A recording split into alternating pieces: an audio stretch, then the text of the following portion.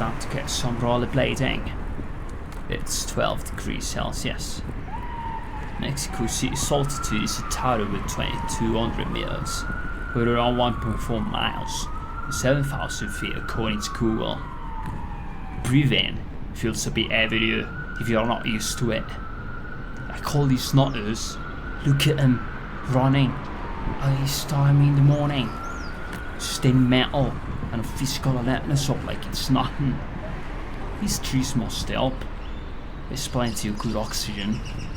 Let's hope I don't get hit with severe altitude sickness. I'm heading toward what's a massive forest. Tucked inside it, somewhere, there's a castle. There's the auditorium behind me. I think it's seating capacity. It was opened about 70 years ago. Renovated the year I was born. Only on the outside.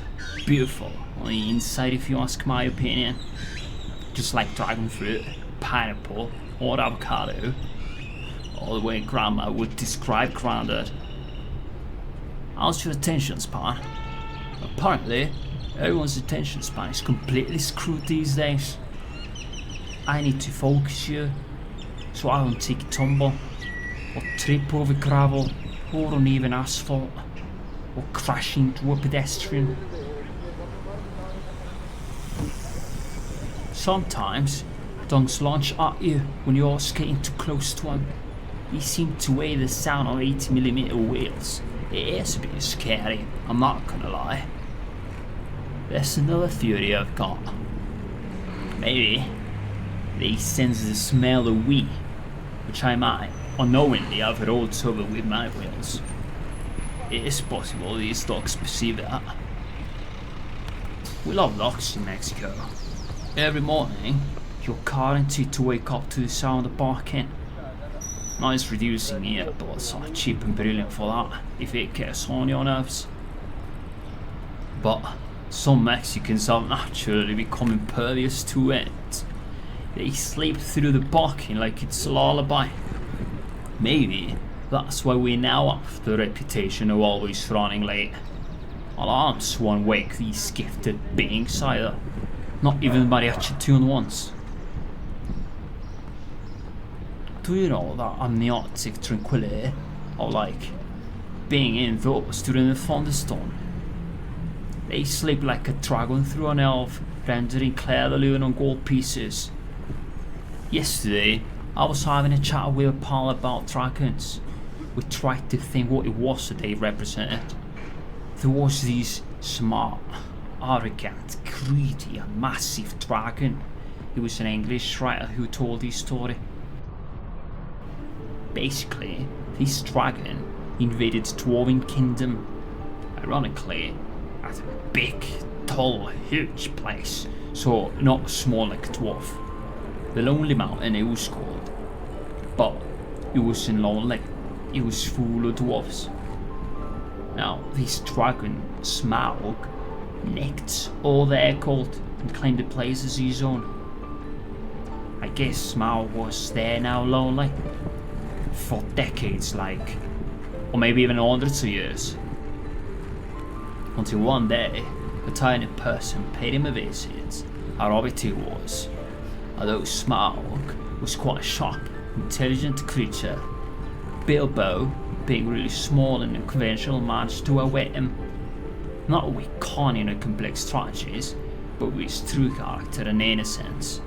Now, what we thought later was, maybe we often, like Smaug, focus too much on the big things the world has to offer. Maybe we'll pursue big success, money, fame, and forget to stop and smell the roses. Why don't we just take a chill pill and enjoy the little things in life? I reckon we should focus more on the small everyday joys. Cooking, gardening, resting, going to the loo without the phone. Technology is also distracting us a lot, isn't it? From what really matters, leaving us chasing our tails a lot of the time. Like Smaug, we get so caught up in our little bubbles that we don't see the wood for the trees. we overlook what's around us. Maybe that's one of the things that J.R.R. Tolkien wanted to tell us with his stories.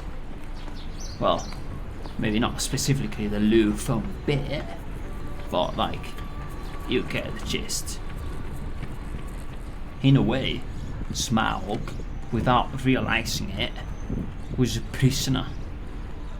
To get that cold, he spent decades sacrificing his freedom to fly and meet all the beings. Smaug got all the world he ever wanted, and more than he ever needed. It ended up being a millstone around his neck, didn't it?